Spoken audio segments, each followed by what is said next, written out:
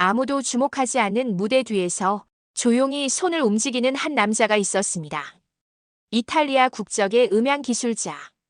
그는 동유럽과 아시아를 떠돌며 공연마다 소리를 만지고 무대를 빛내던 사람이었습니다. 하지만 그의 인생을 영원히 바꿀 초대장이 어느 날 도착했습니다. 평양 그곳에서 그는 무엇을 보았고 무엇을 들었을까요? 오늘 우리가 들을 것은 권력의 심장 속에서 음악이 의미하는 것을 깨달은 한 사람의 증언입니다. 사연 시작 전에 구독과 좋아요 꾹 눌러주세요. 안녕하세요. 저는 이탈리아 국적의 음향 기술자였습니다. 음악을 다루는 일, 그것이 제 인생의 전부였죠. 유럽에서 시작한 일이 동유럽으로, 그 다음 아시아로 자연스럽게 흘러갔습니다. 공연이 있는 곳이면 어디든 가는 사람, 그게 저였습니다. 그런데 어느 해 뜻밖의 제안이 들어왔습니다. 특별문화공연 기술 지원. 그 말뿐이었습니다. 더 자세한 설명은 없었습니다. 북한 평양 그 이름만 있었고 나머지는 침묵이었습니다. 당시 저는 젊었고 무명했고 거절할 이유가 없었습니다. 돈도 괜찮았습니다. 그렇게 저는 가기로 했습니다. 비행기 창밖으로 보인 것은 제가 어디서도 본 적 없는 풍경이었습니다. 회색입니다. 건물도 도로도 하늘까지도 모두 회색이었습니다. 착륙할 때 내려다본 도시 위에는 사람들이 있었지만 그들은 움직임이 없었습니다. 마치 그림처럼. 그리고 내가 공항에서 내린 순간 알 수 없는 불안감이 목을 조였습니다. 그때는 몰랐습니다.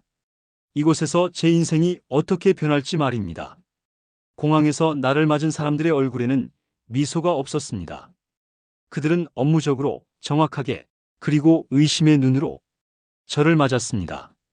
짐 검사가 철저했습니다. 노트북도 휴대폰도 카메라도 모두 확인했습니다. 가져올 수 있는 것과 없는 것을 나누는 그 과정에서 저는 처음으로 실감했습니다. 나는 여기 손님이 아니다. 더 이상의 말은 필요 없었습니다. 통역을 통해 저에게 말해진 규칙들, 어디를 가도 되고 어디를 가면 안 되고 누구를 만나도 되고 누구를 만나면 안 되고 카메라에 무엇을 찍어도 되고 무엇을 찍으면 안 되는지 규칙은 세밀했습니다. 그리고 그 규칙들 속에 저는 천천히 갇혀가고 있었습니다. 리허설이 시작된 것은 도착 이틀 후였습니다. 극장은 생각보다 크고 화려했습니다. 하지만 그것이 더 섬뜩했습니다. 왜냐하면 그 화려함이 권력을 위한 것이라는 게 느껴졌거든요. 무대 조명, 음향, 무대 세트 모든 게 정교했습니다. 돈이 들어간 시설이었습니다. 그리고 무대 위에 여인들이 올랐습니다. 처음에는 단순했습니다. 가수들이 나와서 노래를 부르는 것. 그게 전부인 줄 알았습니다. 저는 음향을 맞추기 시작했습니다. 마이크의 음량, 반향, 베이스 전문가답게 하지만 리허설이 진행될수록 뭔가 이상했습니다. 무대 위에 가수들이 노래할 때마다 객석의 반응이 나오는 겁니다. 하지만 그건 자연스러운 박수나 환호가 아니었습니다. 정해진 박수였습니다. 정해진 타이밍에 정해진 박수가. 객석에 누군가가 손을 모으면 그제서야 나머지가 따라치는, 마치 음악처럼. 혹시 나만 이걸 듣는 걸까? 통역에게 물어봤습니다. 왜 관객의 박수가 저렇게 동일한가? 그 물음에 통역의 얼굴이 굳어졌습니다. 그리고 조용히 답했습니다. 조율됩니다. 그 말로 충분했습니다. 저는 그제서야 깨달았습니다. 이 무대는 공연장이 아니라는 걸. 이것은 의식입니다. 권력의 의식. 그리고 무대 위의 여인들은 가수가 아니라 권력에 선택받은 자들이라는 걸. 정면을 봤을 때 무대 향해 중앙 관객석에는 항상 한 자리가 있었습니다. 빈 자리가 아니라 누군가를 위해 예약된 자리였습니다. 그 자리에 누가 앉으면 모든 것이 시작되었습니다. 그 자리에 앉은 누군가의 호흡, 그의 손짓 하나, 그의 침묵 하나가 무대의 온도를 바꿨습니다. 시선입니다. 한 사람의 시선만으로도 무대의 공기가 달라집니다. 노래하던 여인의 목소리가 떨려질 수 있다는 의미입니다. 박수의 크기가 결정된다는 의미입니다. 그 여인이 내일도 살아있을지, 없을지가 결정되기도 한다는 의미입니다. 저는 음향 기술자였습니다. 소리를 다루는 사람이었습니다. 하지만 그 무대에서 가장 무거운 소리는 눈에 보이지 않는 것들이었습니다. 리허설이 거듭될수록 저는 무대 위의 여인들을 관찰하게 되었습니다. 가수가 하는 일이므로 그들을 주목하는 게 업무였습니다. 음향을 맞춰야 했으니까요. 하지만 점점 저는 음악이 아니라 그들의 얼굴을 보게 되었습니다. 두려움이 있었습니다. 모든 여인의 얼굴에 공통점이 있었습니다. 무대 위에서는 완벽하게 웃고 노래했지만 막이 내려오는 순간 얼굴이 굳었습니다. 마치 가면을 벗듯이. 그 변화의 속도가 재빠를수록 그만큼 오래 여기 있었다는 뜻 같았습니다. 그런데 어느 날이었습니다. 공연 당일 무대 위에 한 여인이 올랐습니다. 빨간 드레스를 입고 특별했습니다. 그 드레스의 색상도, 그 여인의 자세도, 노래의 톤도 다른 여인들과 완전히 달랐습니다. 그리고 그 순간 무대 아래 객석의 한 여인이 고개를 돌렸습니다. 정확히 언제였는지는 모르겠습니다. 하지만 무대 뒤에서 그 장면을 목격한 모든 사람이 동시에 숨을 삼켰습니다. 단 1초 하지만 그 1초 안에 있던 것들, 그 여인의 고개를 돌린 각도, 그 순간의 입술, 그리고 무엇보다 시선의 각도, 그것이 경고였습니다. 저는 음향을 맞추던 손을 멈췄습니다. 음향 기술자인 저는 그 순간을 음악으로 다시 들어봤습니다.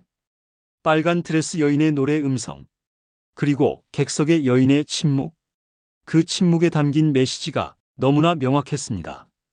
여기서는 튀면 안 된다. 너는 정해진 위치에 있어야 한다. 내가 그 자리를 벗어나면 나도 죽을 수 있다 아니었나요? 혹은 더 직접적이었나요? 너는 선택받지 않은 것이다. 공연이 끝난 후 저는 무대 뒤에서 일어난 일들을 기술자들에게 물어봤습니다. 그들은 모두 입을 닫고 있었습니다. 신경 쓰지 말라는 얼굴로, 지금 방금 본 것을 잊으라는 얼굴로. 저는 그날 밤 처음으로 이해했습니다. 이곳의 무대는 예술 무대가 아니라 권력의 무대라는 걸. 다음 날 아침 빨간 드레스를 입던 여인이 사라졌습니다. 리허설은 예정대로 진행되었습니다. 그 여인이 있어야 할 자리에는 다른 여인이 섰습니다. 이름도 묻지 않았습니다. 아무도 그녀를 언급하지 않았습니다. 마치 처음부터 그런 여인은 없었다는 듯이. 저는 그날을 견딜 수가 없었습니다. 쉬는 시간에 제 통역을 찾아갔습니다. 그 여인이 어디로 갔는지, 무슨 일이 있었는지 물어봤습니다. 물어볼 자격이 없다는 건 알고 있었지만 물어봤습니다. 통역은 한참을 침묵했습니다. 그리고 나서 조용히, 정말 조용히 말했습니다. 여긴 노래를 잘 불러도 살아남는 건 아닙니다. 그게 다였습니다. 더 이상의 설명은 없었습니다. 설명할 필요도 없었습니다. 제가 이미 다 이해하고 있었으니까요. 저는 그날 밤 처음으로 두려움을 진짜로 느꼈습니다. 이것은 뉴스에서 보던 먼 나라의 이야기가 아니었습니다. 제가 지금 서 있는 무대에서, 눈앞에서, 그리고 마지막 공연 때 제가 음향을 맞추던 여인이 다음날 사라진 것입니다. 혹시 제 음향 때문일까요? 혹시 제가 그 여인의 목소리를 너무 크게 증폭시킨 건 아닐까요? 혹시 아니었습니다. 저는 기술자였을 뿐입니다. 그 여인의 노래가 선택받지 않은 노래라는 것을, 그 위험을 저는 몰랐습니다. 아니, 알 수 없었습니다. 하지만 여기서 알게 되었습니다. 음악이, 예술이, 노래가 목숨이 될 수 있다는 것을. 아무리 잘 부른 노래도, 아무리 아름다운 음성도 권력이 그것을 거부하면 모두 무의미해진다는 것을. 그리고 그 무대에서 사람이 사라지는 것이 얼마나 빨리 일어나는지를. 이틀이 지났을 때 새로운 지시가 내려왔습니다. 더 있으라는 것이었습니다. 추가 공연이 있다는 이유였습니다. 더 공연을 준비해야 한다. 음향을 더 정밀하게 조정해야 한다. 당신의 기술이 필요하다. 그 말들은 그럴듯했습니다. 하지만 저는 알아버렸습니다.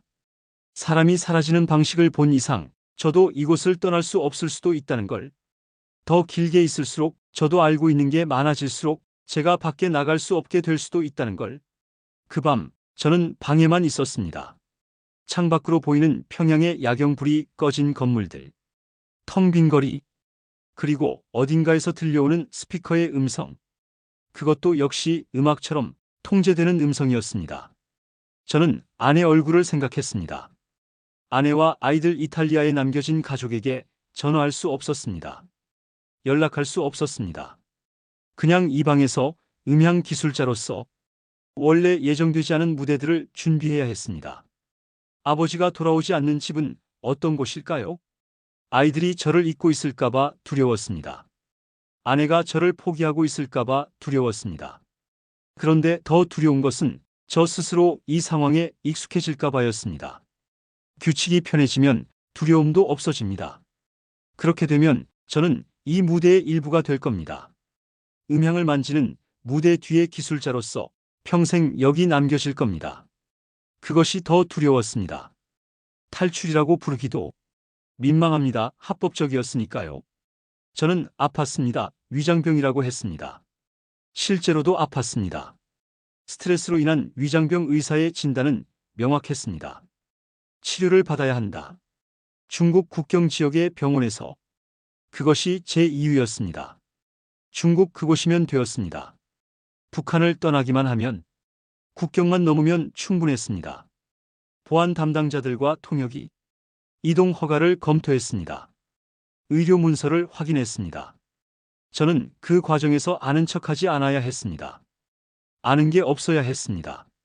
무게도 위험도 없는 사람처럼 행동해야 했습니다. 마침내 허가가 났습니다. 그날 밤 저는 중국으로 향하는 차에 올랐습니다. 짐은 최소한으로 여행 가방 하나 필요한 것들만. 나머지는 놔뒀습니다. 돌아올 것 같지 않았으니까요. 아니, 돌아올 수 없었으니까요. 차가 국경 근처에 도착했을 때 저는 운전기사에게 화장실을 가고 싶다고 했습니다. 그 말이 신호였습니다. 미리 정해진 신호. 누군가 그걸 기다리고 있었을까요? 저는 모릅니다. 하지만 그 순간 차를 내린 저는 어두운 길을 따라 달렸습니다. 짐도 없이, 신발도 불편하게, 뒤도 보지 않고. 뒤에서 들렸습니다. 개 짖는 소리, 호각 소리, 외침. 그리고 그 모든 것들이 점점 작아졌습니다. 제가 달렸으니까요. 국경이 보였습니다. 그냥 선입니다. 말뚝과 철조망하지만 그것이 가장 아름다운 선이었습니다. 제가 그걸 넘었을 때 처음으로 자유를 숨쉬었습니다. 중국에서 한 달 이탈리아 대사관을 통해 난민 신청. 그 과정은 길었습니다. 하지만 그것도 자유 속에서의 길이었습니다. 물론 어렵고 불안하고 미래가 불명확했습니다. 하지만 사라질 두려움은 없었습니다. 그렇게 수개월이 흘렀습니다. 그리고 저는 대한민국에 도착했습니다. 처음 들은 것은 음악이었습니다. 공항의 라운지에서 흘러나오는 클래식 음악. 그 음악 위에 사람들이 자유롭게 걸어다니고 있었습니다. 누구도 그것을 의식하지 않았습니다. 음악이 배경이었습니다. 단지 배경. 저는 그게 신기했습니다. 몇 주가 지났을 때 저는 콘서트홀을 찾아갔습니다. 음향 기술자로서 또다시 무대를 보고 싶었습니다. 그 홀의 무대 위에는 가수가 있었습니다.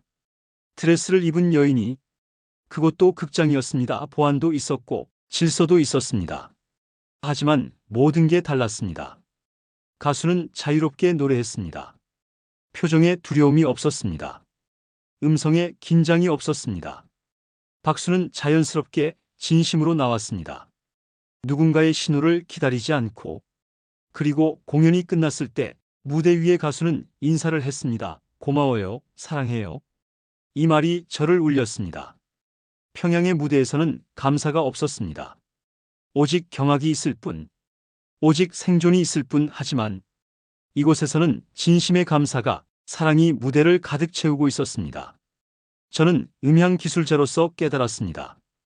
이 나라에서는 음악이 목숨이 아닙니다. 음악이 사람을 살립니다. 저는 지금도 여기서 음향을 일하고 있습니다. 물론 북한에서처럼 크지는 않은 공연들. 시골 마을의 작은 극장, 때론 노래방 같은 곳도 있습니다. 하지만 저는 이곳을 잃고 싶지 않습니다. 제가 이 이야기를 꺼내는 것은 북한을 비난하려고서가 아닙니다.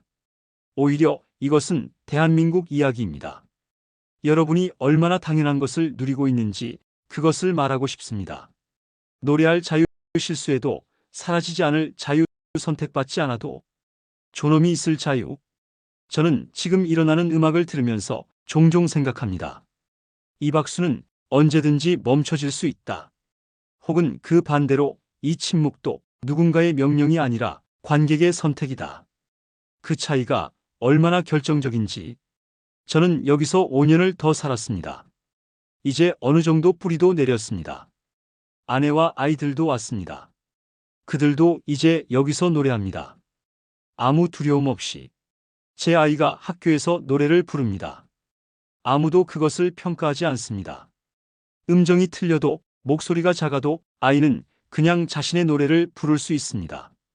그 자유가 얼마나 위대한 것인지 아십니까? 저는 무대 뒤에서 음향을 맞추는 일을 계속할 겁니다. 작은 공연이어도 큰 공연이어도. 왜냐하면 여기서는 음악이 죽음이 아니기 때문입니다. 여기서는 음악이 자유입니다. 그리고 그 자유를 지키는 것이 이제 제 또 다른 의무가 되었습니다.